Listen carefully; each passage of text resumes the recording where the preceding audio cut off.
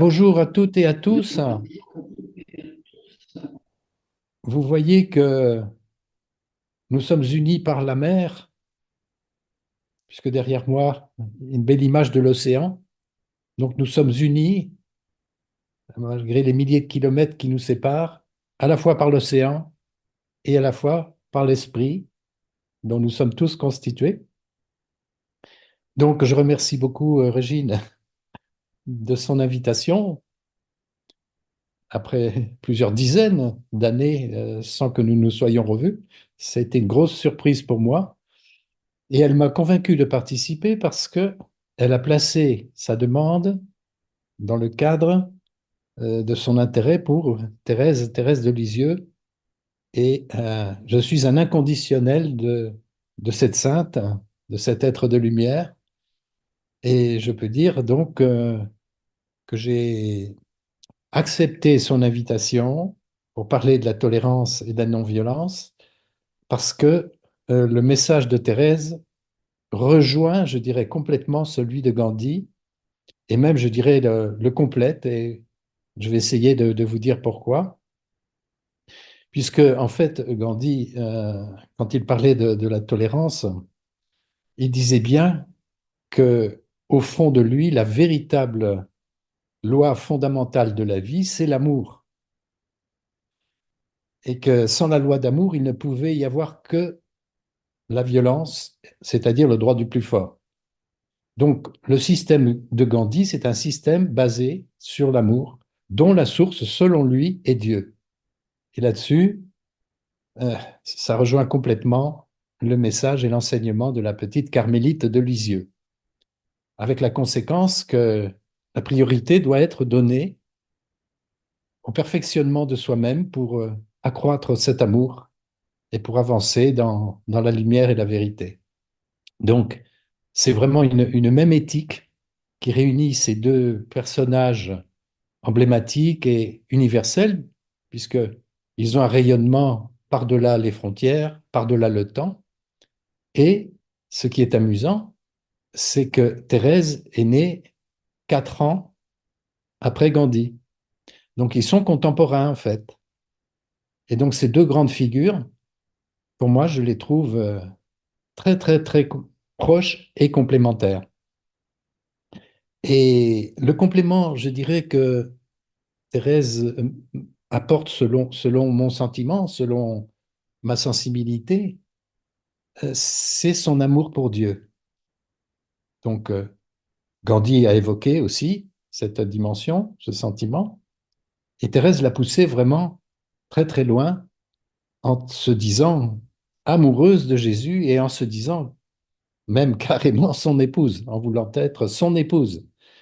Et c'est ce côté amoureux qui m'a beaucoup touché à la lecture de l'histoire d'une âme. Et je suis moi-même tombé amoureux de Thérèse.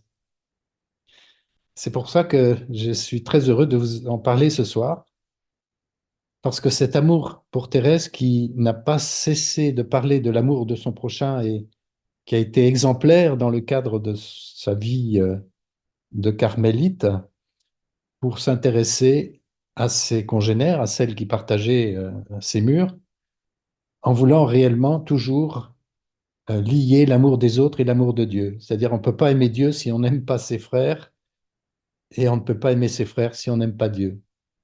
Et ça, c'est elle qui me l'a fait vraiment comprendre et qui a réveillé en moi, juste, en plus, le sentiment amoureux. Je ne pensais pas un jour pouvoir être amoureux d'un être invisible comme je le suis aujourd'hui, mais c'est vraiment merveilleux parce que, à la suite de cette lecture, je dirais que je l'ai rencontré dans mon cœur. Par la lecture de son livre, j'ai pénétré dans son âme, puisqu'elle nous invite à entrer dans son cœur pour voir par son livre toute son expérience et toute cette richesse.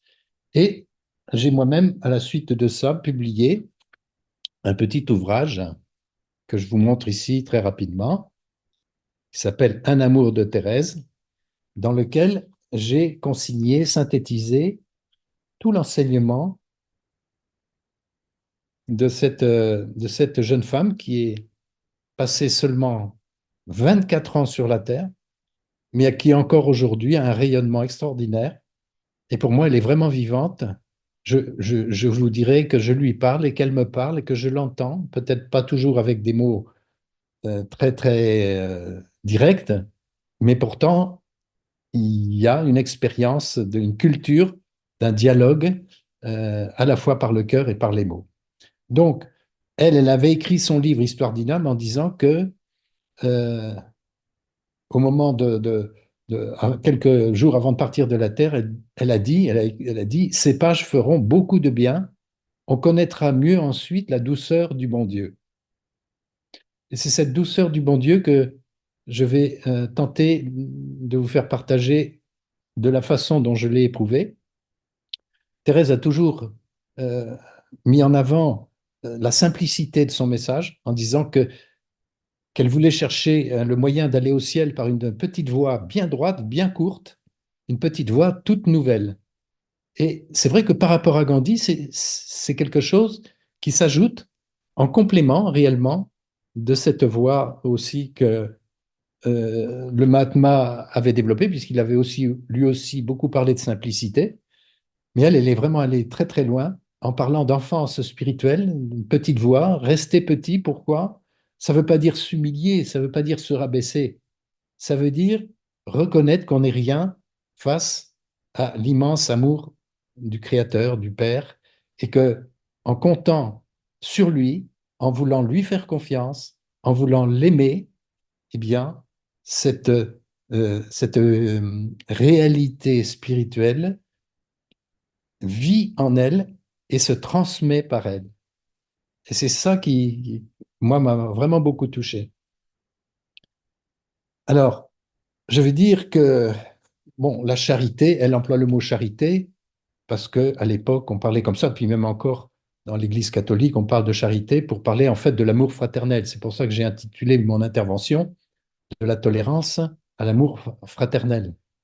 La tolérance, moi aussi, c'est un mot que je trouve insuffisant parce qu'il y a une histoire de respect, il y a un peu une distance, on accepte l'autre, on le tolère, on le reconnaît, certes, il y a, il y a beaucoup de bonnes vibrations. L'intervenant précédent a parlé de bienveillance. Oui, je suis entièrement d'accord.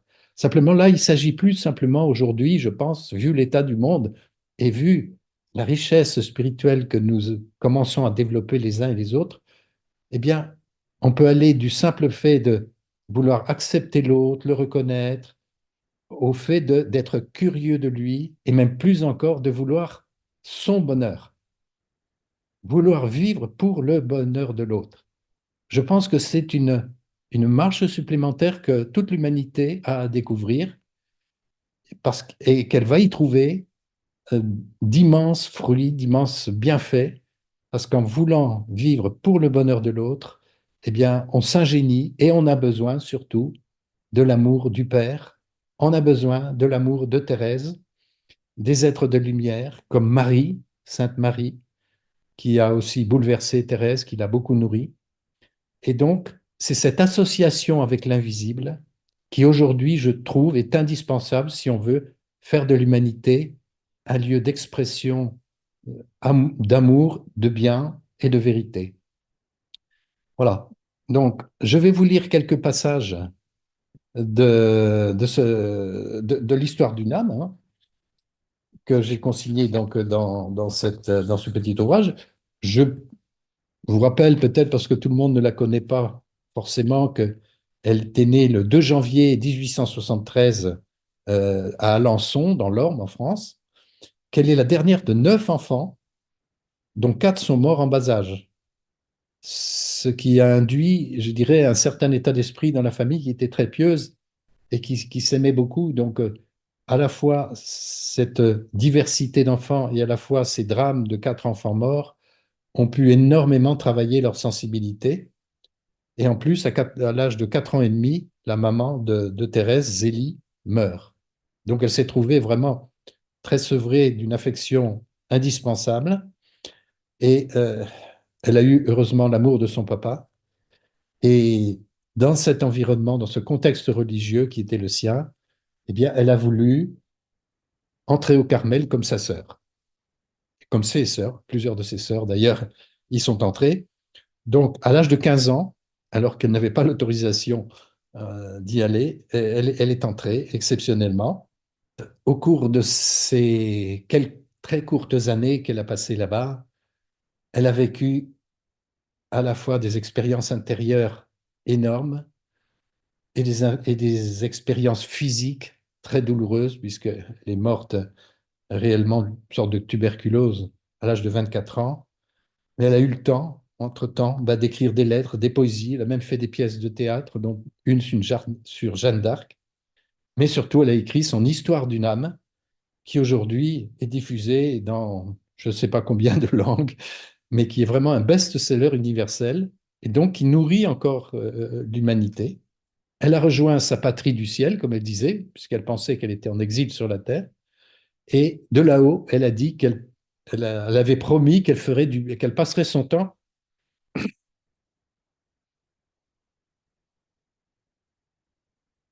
excusez-moi, elle passerait son temps à faire du bien sur la terre. Et elle dit qu'elle ne mourrait pas, mais qu'elle entrait dans la vie. Et tout cela, je vous le ferai comprendre du haut des cieux. Excusez-moi, je suis assez émotif parce que c'est un thème qui me touche beaucoup. Alors, en fait, voilà, je vais vous lire maintenant quelques extraits. Donc, comme c'était une enfant très, très rigoureuse, soucieuse de perfection, elle se culpabilisait beaucoup elle appelait cela la maladie des scrupules et elle en a été guérie quand même par justement son travail intérieur qui lui a fait découvrir que l'amour de Dieu était plus grand que toutes les fautes qu'elle pouvait commettre. Oui, je le sens, quand même j'aurai sur la conscience tous les péchés qui se peuvent commettre. J'irai le cœur brisé de repentir, me jeter dans les bras de Jésus, car je sais combien il chérit l'enfant prodigue qui revient à lui. Et quelques temps plus tard, quelques mois avant de mourir, elle dit, dites bien, ma mère, que si j'avais commis tous les crimes possibles, j'aurais toujours la même confiance. Je sens que toute cette multitude d'offenses serait comme une goutte d'eau jetée dans un brasier ardent. Vivre d'amour, c'est bannir toute crainte, tout souvenir des fautes du passé. De mes péchés, je ne vois nulle empreinte. En un instant, l'amour a tout brûlé. Flamme divine, ô très douce fournaise, en ton foyer je fixe mon séjour. C'est en tes feux que je chante à mon aise. Je vis d'amour. Je voudrais vous faire comprendre par une comparaison bien simple combien Jésus aime les âmes, même imparfaites, qui se confient en lui. Je suppose qu'un père ait deux enfants, espiègles et désobéissants, et que venant pour les punir, il en voit un qui tremble et s'éloigne de lui avec terreur, ayant pourtant au fond du cœur le sentiment qu'il mérite d'être puni, et que son frère, au contraire, se jette dans les bras du père en disant qu'il regrette de lui avoir fait de la peine, qu'il l'aime, et que pour l'éprouver, il sera sage désormais. Puis, si cet enfant demande à son père de le punir par un baiser, je ne crois pas que le cœur de l'heureux père puisse résister à la confiance filiale de son enfant dont il connaît la sincérité et l'amour. Donc, passant de l'inquiétude à la mer, Thérèse prend son envol, elle emploie ce mot-là, et elle se lance à pleine voile sur les flots de confiance et de l'amour. Elle comprend qu'en fait, offenser Dieu, tel que on en parlait autour d'elle dans sa religion, et comme aujourd'hui, certains pensent qu'on peut offenser Dieu, pour elle, ce n'était pas possible, puisqu'en fait, personne ne peut offenser le créateur de tout. Nous sommes que des microbes Nous ne sommes pour rien par nous-mêmes. Si vraiment on l'offensait, il pourrait nous faire disparaître à l'instant. Donc, c'est pas à ce niveau-là que se situe notre relation. Par contre, c'est si on ne peut pas l'offenser, on peut beaucoup le peiner, le décevoir, l'attrister, le blesser même quand on choisit mal, quand on choisit d'ignorer ses dons, de ne pas lui faire confiance. Et en fait, c'est nous-mêmes qui nous punissons quand on croit pouvoir l'offenser. Et Thérèse a compris que dans l'amour, il n'est rien d'impossible et tout est permis. Elle l'a écrit plusieurs fois. La particularité de ce personnage, tout simple, tout humble, qui se disait toute petite, qui se disait même rien du tout, face même aux autres, elle avait des rêves de gloire. Elle avait des ambitions même démesurées à tel point que parfois elle s'en entretenait avec son Créateur, avec son Jésus, en disant, mais si je rêve trop fort, faut me le dire. Mais moi, je suis comme ça. En cherchant le moyen de parvenir à cette gloire, le bon Dieu m'inspira les sentiments suivants. Il me fit comprendre que ma gloire à moi ne paraîtrait pas aux yeux des mortels. Elle consisterait à devenir une grande sainte. Donc toujours ce souci de perfection. Ce désir pourrait sembler téméraire si l'on considère combien j'étais faible et imparfaite, et combien je le suis encore après 7 années passées en religion. Cependant, je sens toujours la même confiance audacieuse de devenir une grande sainte, car je ne compte pas sur mes mérites, n'en ayant aucun, mais j'espère en celui qui est la vertu, la sainteté même. C'est lui seul qui, se contentant de mes faibles efforts, m'élèvera jusqu'à lui et, me couvrant de ses mérites infinis, me fera sainte. Donc ça, c'est vraiment ce qui m'a beaucoup plu dans le parcours de Thérèse, c'est que quand on se sent faible, impuissant, mauvais parfois, ce qui était mon cas souvent dans ma vie passée, cela me culpabilisait, mais j'ai fait comme elle. J'ai dit, bon, ben, je laisse tout ça de côté et je me mets dans les bras de l'amour. Je me mets en confiance totale en celui qui veut notre bonheur, qui veut mon bonheur. Et voilà, je sais qu'il va me parler, qu'il va venir en moi, qu'il va agir par moi, pour mes frères. Et c'est ce qui s'est passé. J'ai eu plusieurs expériences, je n'ai pas le temps de vous parler ici, mais qui m'ont montré que c'est pas sur mes propres forces que je peux compter, mais sur les forces de l'esprit, de l'amour éternel, la force de Thérèse. Elle est intervenue dans ma vie, pas simplement pour m'aider à trouver une place pour garer ma voiture, mais bien pour me reconstruire, pour avoir foi, pour dépasser mes faiblesses, mes peurs, l'orgueil que je pouvais avoir, etc. Donc j'ai pris modèle sur elle, dans la simplicité. Je dis, moi, je suis rien du tout. Par contre, si j'ai vraiment confiance dans l'amour, je sais que il m'aime, il va intervenir, il peut intervenir, et il est intervenu. Mais pour ça, il faut aussi apprendre à écouter en soi la petite voix intérieure. Et Thérèse avait fait un sacré chemin, et elle disait déjà, le bon Dieu m'instruisait en secret. Jésus devint mon unique ami. Je ne savais parler qu'à lui. Les conversations avec les créatures, même les conversations pieuses, me fatiguaient l'âme. Je sentais qu'il valait mieux parler à Dieu que de parler de Dieu, car il met le temps d'amour-propre dans les conversations spirituelles. Et je l'ai expérimenté souvent. Jésus a été mon directeur. En entrant au Carmel, je fis connaissance avec celui, le prêtre, qui devait m'en servir, mais à peine m'avait-il admis au nombre de ses enfants qu'il partit pour l'exil. Ainsi, je ne l'avais connu que pour en être aussitôt privé. Réduite à recevoir de lui une lettre par an sur 12 lettres que je lui écrivais, mon cœur se tourna bien vite vers le directeur des directeurs. Et ce fut lui qui m'instruisit de cette science cachée aux savants et aux sages et qu'il daigne révéler aux tout petits. Je comparais les directeurs à des miroirs fidèles qui reflétaient Jésus dans les âmes, Et je disais que pour moi, le bon Dieu ne se servait pas d'intermédiaire, mais agissait directement.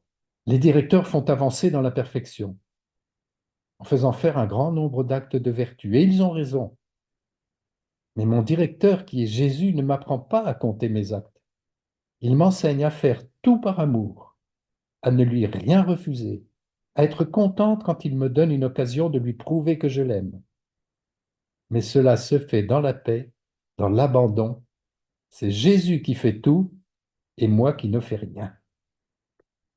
Donc c'est vrai que pour moi, ça a été très très profond, cette compréhension-là, que je suis constitué, nous sommes constitués de cet amour infini et il nous parle dans le secret du cœur, il nous parle, il nous enseigne par les événements, par les autres aussi, si on les écoute, mais c'est toujours lui qui au final a le dernier mot pour nous guider.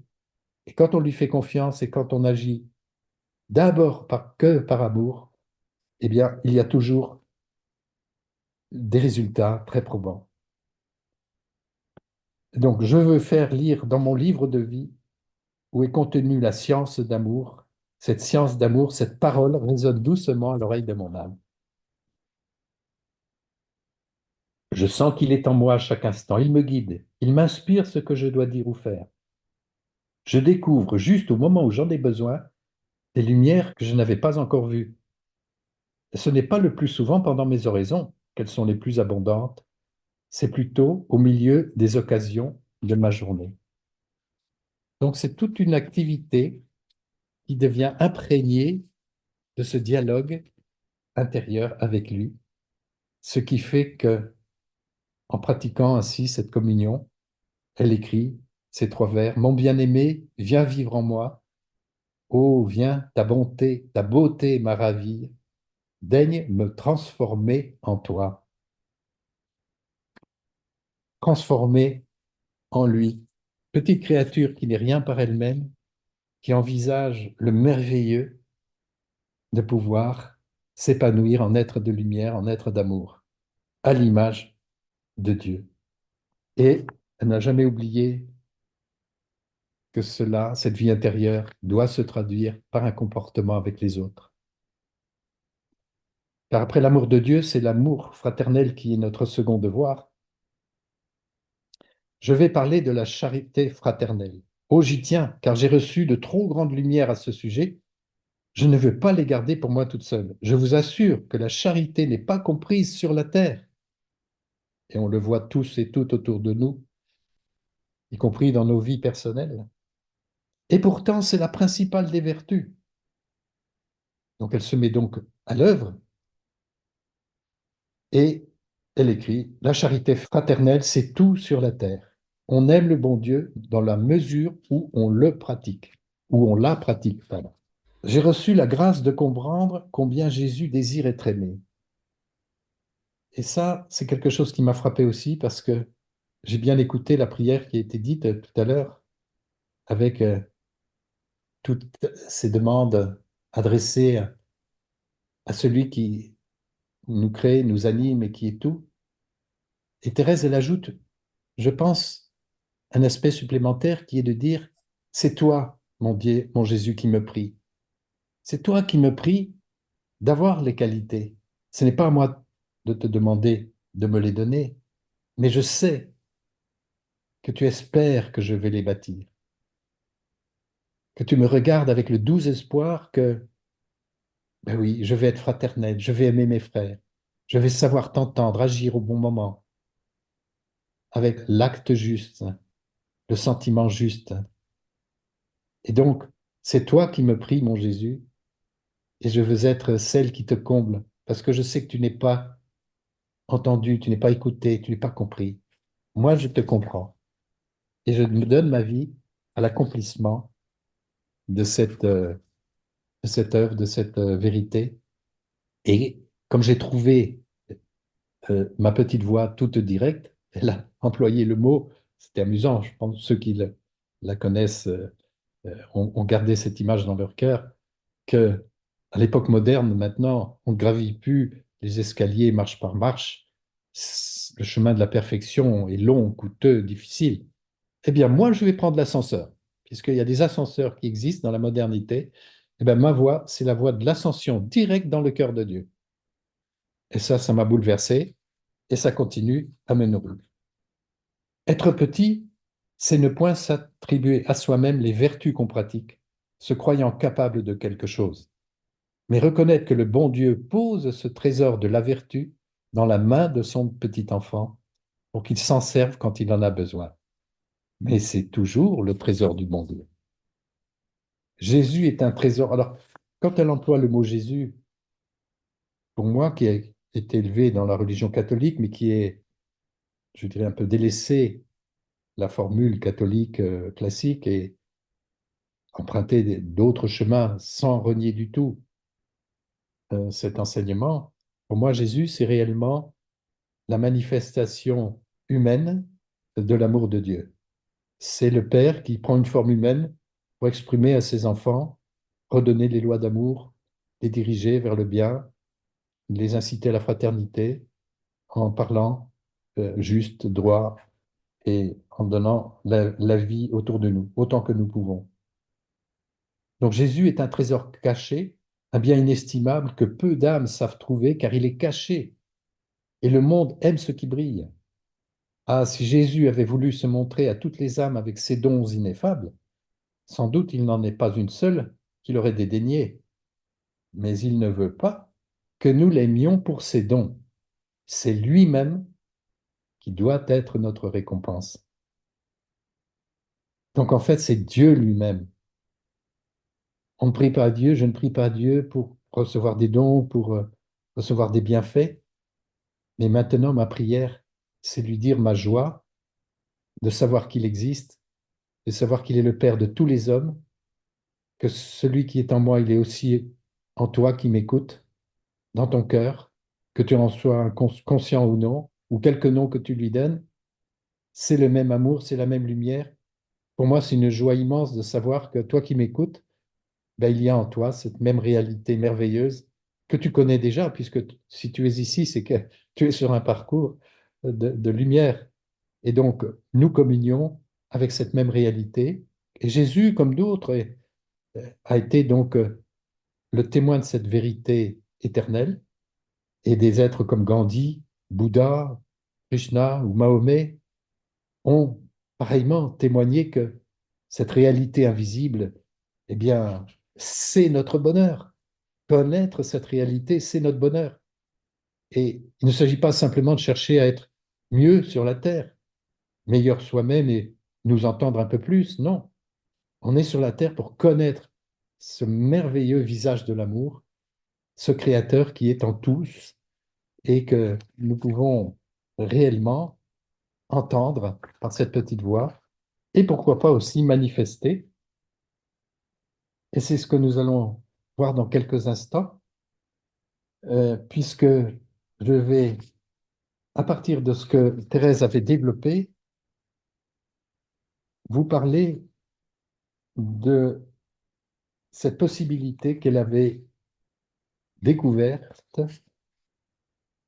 en fait, de parler directement au nom de Dieu, puisque, vous le savez, elle était responsable des novices qui rentraient dans le Carmel. Elle était donc très, très, très jeune et elle s'occupait de jeunes femmes à peu près de son âge. Et elle devait donc enseigner l'enseignement de lumière, mais elle ne parlait pas avec des livres, elle n'avait pas beaucoup étudié. Donc, ce qu'il lui fallait, c'est trouver une inspiration pour que ce qu'elle disait vienne directement au moment présent par la parole qui se manifeste en elle.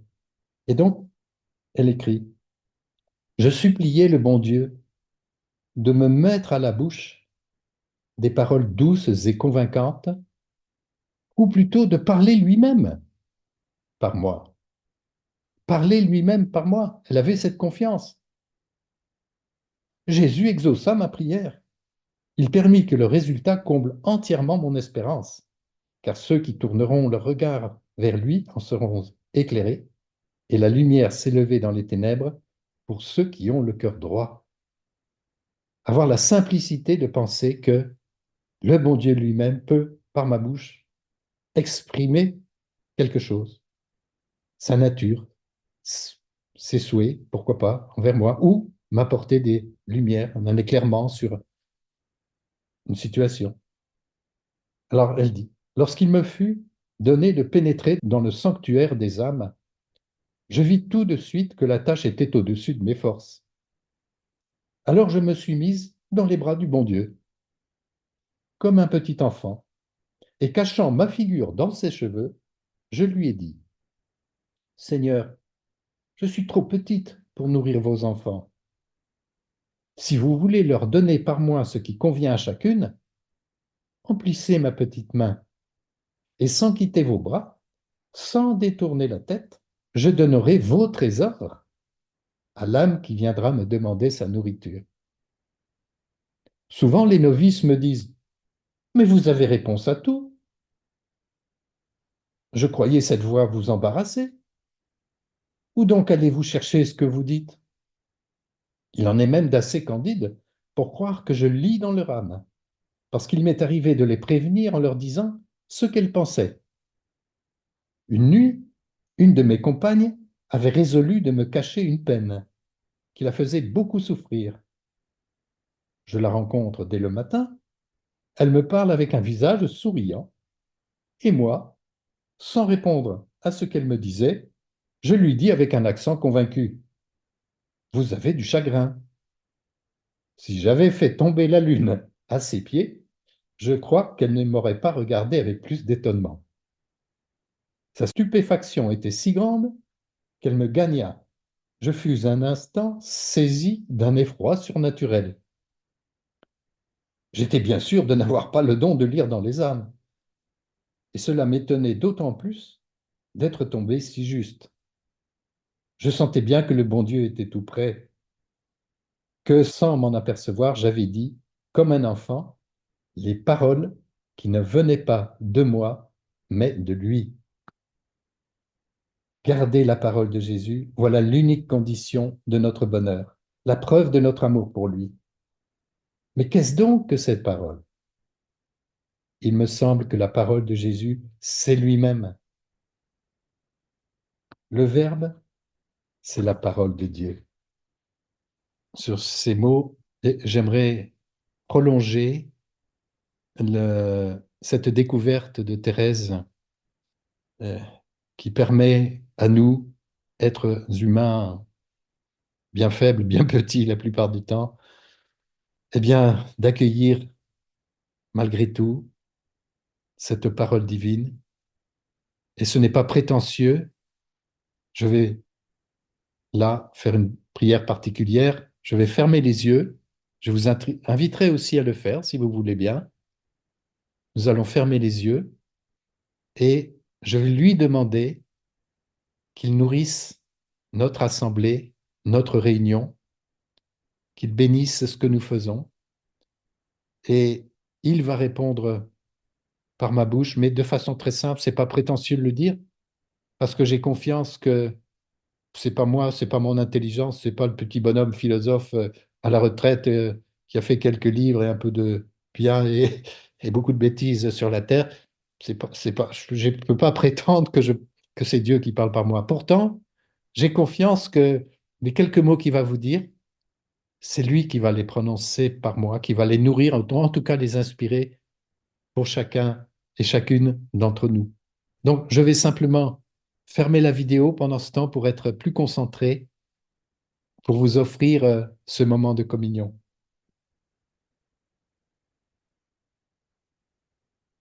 Père bien-aimé,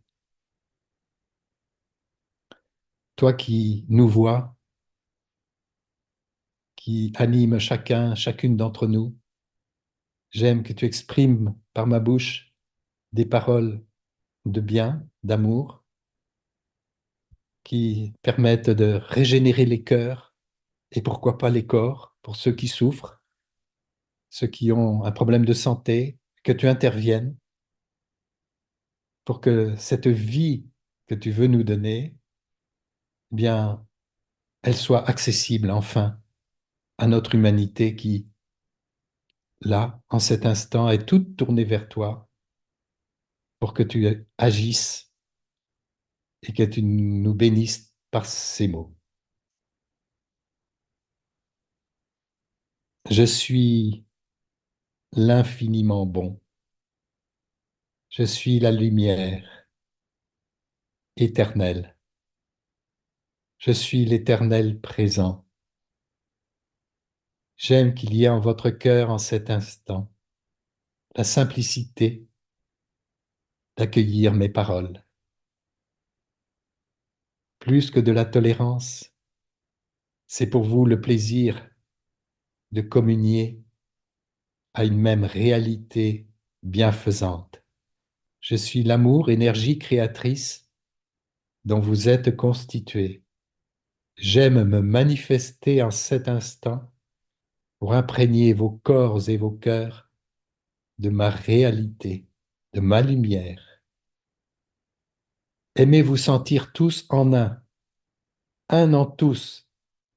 Il n'y a pas une ou un qui soit plus grand que l'autre, ni même qui vale mieux que l'autre. Et s'il y a parmi vous des frères et des sœurs qui ont fait des bêtises, qui ont même, pourquoi pas, parce que cela a tellement répandu, des crimes, en cet instant, oubliez tout, mes enfants chéris, car mon amour va bien au-delà de tout ce que vous pouvez penser. Je veux votre bonheur, votre joie éternelle, et votre joie est de me faire confiance, d'agir avec moi, d'agir pour moi, de façon à ce que l'amour triomphe en vous, dans votre cœur, qu'il efface toute crainte, qu'il efface toute peur, toute prétention, et qu'il découvre dans la simplicité d'une communion la joie d'être avec son frère totalement uni pour faire vivre ma présence. Alors cet enseignement que j'ai donné à votre sœur Thérèse et que beaucoup ont apprécié, eh bien qu'il porte fruit désormais par votre joie de l'imiter et de faire vivre en toute simplicité la réalité de mon amour sur votre terre, par vos actes, par votre comportement, par votre foi dans le fait que j'interviens selon votre cœur. Et si vous ne voyez pas toujours le résultat de vos prières, redoublez d'ardeur et de ferveur, car toujours je réponds à un cœur sincère. Que cela soit en vous marqué en lettres de feu. Je vous aime. Et par cet amour, vous êtes imprégné en cet instant. Je régénère vos corps, je guéris vos blessures et je vous bénis de tout mon amour, de toute ma lumière.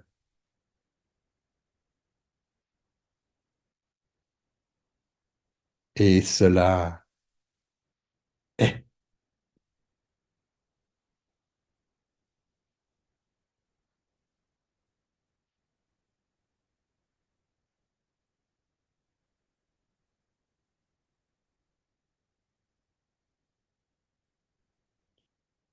Voilà, je vous dis merci de m'avoir écouté.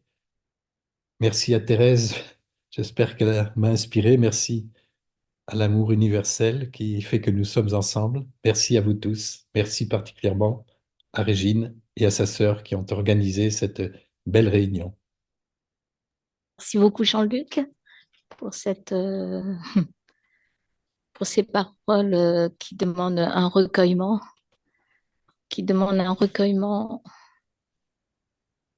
une intériorisation et un silence, mais un silence qui est habité, déjà habité par tous les passages que tu as lus de la petite Thérèse, l'histoire d'une âme. Voilà, donc c'est un silence qui est très nourrissant et, et qui nous fait du bien. Voilà. Alors merci. Merci à toi et à vous tous et à tous vous toutes. Merci d'avoir accepté. Merci d'avoir accepté euh, d'être parmi nous ce soir.